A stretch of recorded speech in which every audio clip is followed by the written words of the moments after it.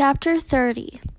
The next day was Zigzag's birthday, or so he said. Zigzag lay in his cot as everyone headed outside. I get to sleep in because it's my birthday. Then, a little while later, he cut into the breakfast line just in front of Squid. Squid told him to go to the end of the line. "Hey, it's my birthday," Zigzag said, staying where he was. "It's not your birthday," said Magnet, who was standing behind Squid. "Is too," said Zigzag. "July 8th. Stanley was behind Magnet. He didn't know what day of week it was, let alone the date. It could have been July 8th, but how would Zigzag know? He tried to figure out how long he'd been at Camp Green Lake, if indeed it was July 8th. "I came here on May 24th, he said aloud. "So that means I've been here 46 days, said Zero. Stanley was still trying to remember how many days there were in May and June. He looked at Zero. He'd learned not to doubt him when it came to math. 46 days. It felt more like 1,000. He didn't dig a hole that first day. He hadn't dug one yet today. That meant he had dug 44 holes. If it really was July 8th. "Can I have an extra carton of juice?" Zigzag asked Mr. Sir. "It's my birthday." To everyone's surprise, Mr. Sir gave it to him. Stanley dug his shovel into the dirt. "Hole number 45. The 45th hole is the hardest," he said to himself. But that really wasn't true, and he knew it. He was a lot stronger than when he first arrived. His body had adjusted somewhat to the heat and harsh conditions. Mr. Sir was no longer depriving him of water. After having to get by on less water for a week or so, Stanley now felt like he had all the water he could want. Of course, it helped that Zero dug some of his hole for him each day, but that wasn't as great as everyone thought it was. He always felt awkward when Zero was digging his hole, unsure of what to do with himself. Usually he stood around a while before sitting off by himself on the hard ground, with the sun beating down on him. It was better than digging, but not a lot better. When the sun came up a couple hours later, Stanley looked for the thumb of God. The mountains were little more than dark shadows on the horizon. He thought he could make out a spot where the top of one mountain seemed to jet upward, but it didn't seem very impressive.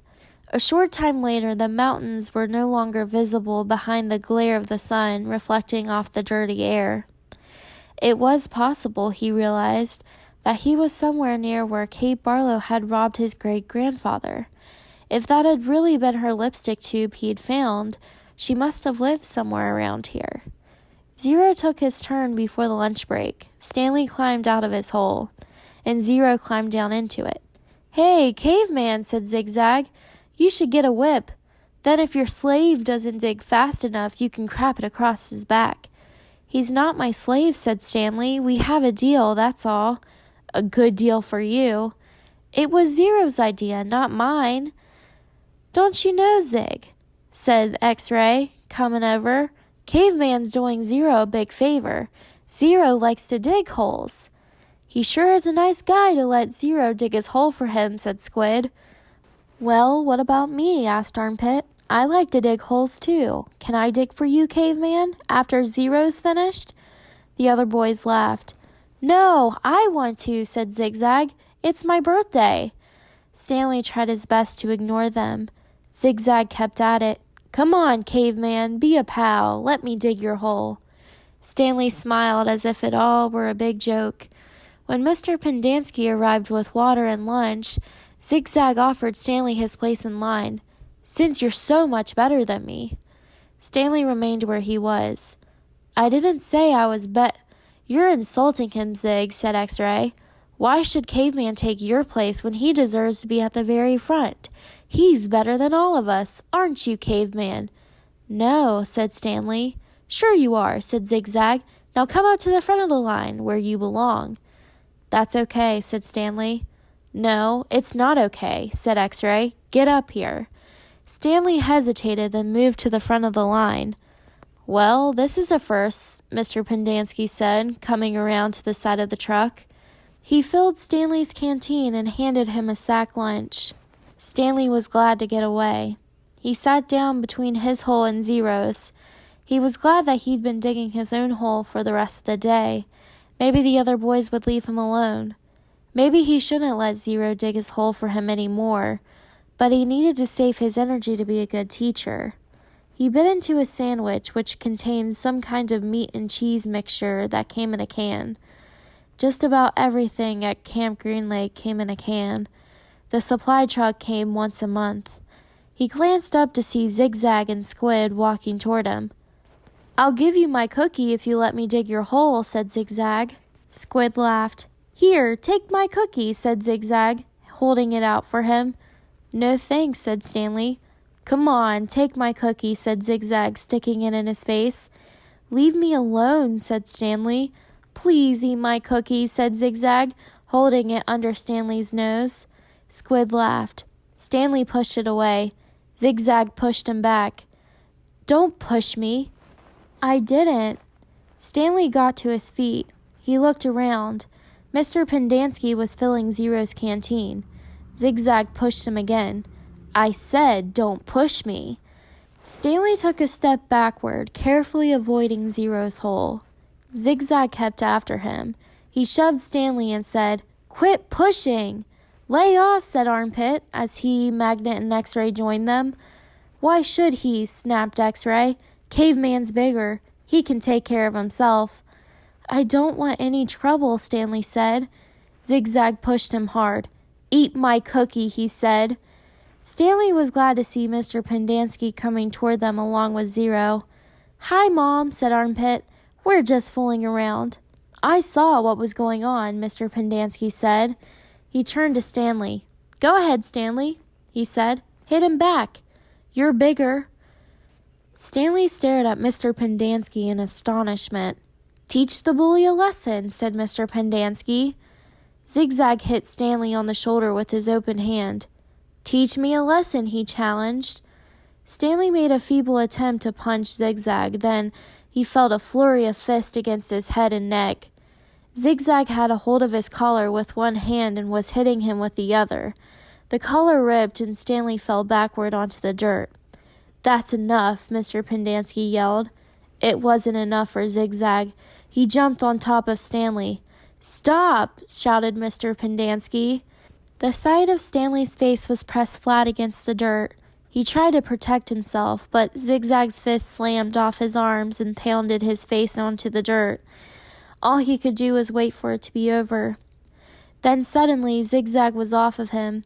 Stanley managed to look up, and he saw that Zero had his arm around Zigzag's long neck. Zigzag made a gagging sound as he desperately tried to pry Zero's arm off of him. "You're going to kill him," shouted Mr. Pendanski. Zero kept squeezing. Armpit charged into them, freeing Zigzag from Zero's chokehold. The three boys fell to the ground in different directions.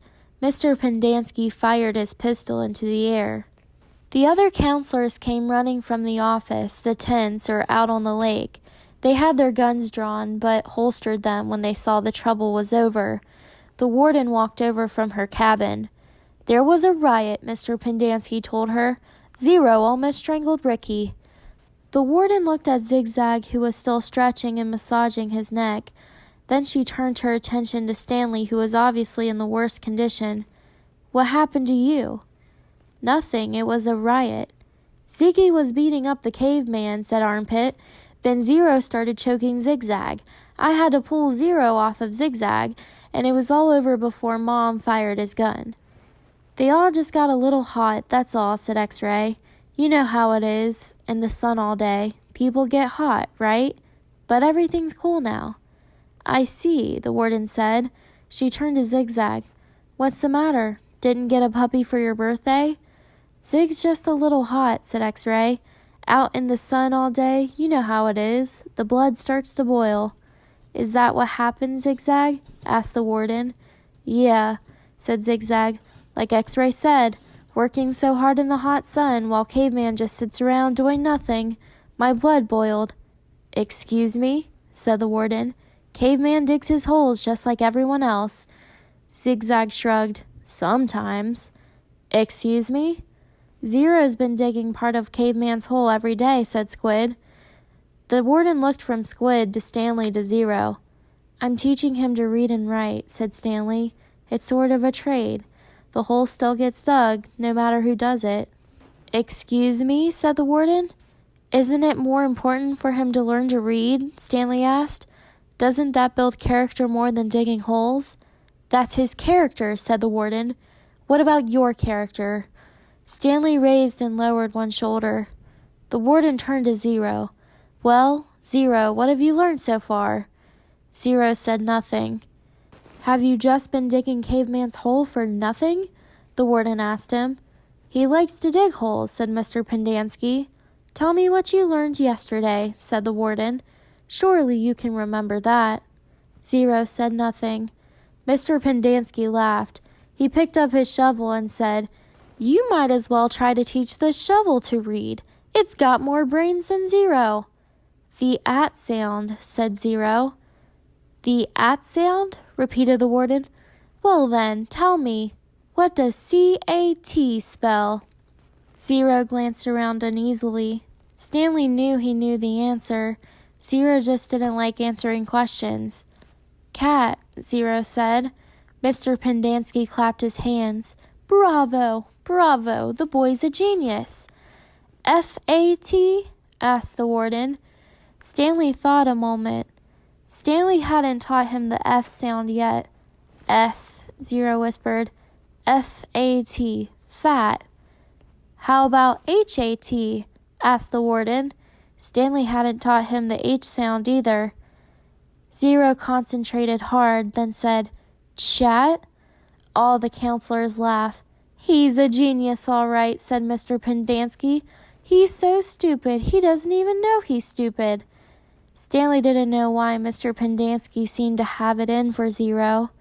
If Mr. Pendanski only thought about it, he'd realize it was very logical for Zero to think that the letter H made the ch sound.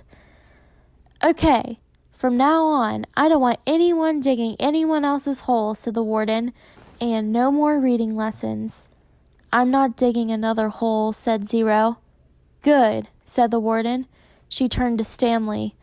You know why you're digging holes? Because it's good for you. It teaches you a lesson.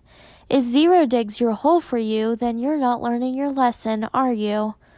I guess not, Stanley mumbled, although he knew they weren't digging just to learn a lesson. She was looking for something that belonged to Kissing Kate Barlow. Why can't I dig my own hole, but still teach Zero to read, he asked. What's wrong with that? I'll tell you what's wrong with that, the warden said. It leads to trouble. Zero almost killed Zigzag. It causes him stress, said Mr. Pendanski. I know you mean well, Stanley, but face it, Zero's too stupid to learn to read. That's what makes his blood boil, not the hot sun. I'm not digging another hole, said Zero. Mr. Pendanski handed him the shovel. Here, take it, Zero. It's all you'll ever be good for. Zero took the shovel. Then he swung it like a baseball bat. The metal blade smashed across Mr. Pendanski's face. His knees crumpled beneath him. He was unconscious before he hit the ground. The counselors all drew their guns. Zero held the shovel out in front of him, as if he were going to bat away the bullets. I hate digging holes, he said. Then he slowly backed away. Don't shoot him, said the warden. He can't go anywhere. The last thing we need is an investigation. Zero kept backing up, out past the cluster of holes the boys had been digging, then further and farther out onto the lake. He's going to have to come back for water, the warden said. Stanley noticed Zero's canteen lying on the ground next to his hole. A couple of the counselors helped Mr. Pendanski to his feet and then into the truck. Stanley looked out toward Zero, but he had disappeared into the haze. The warden ordered the counselors to take turns guarding the shower room and rec room all day and all night.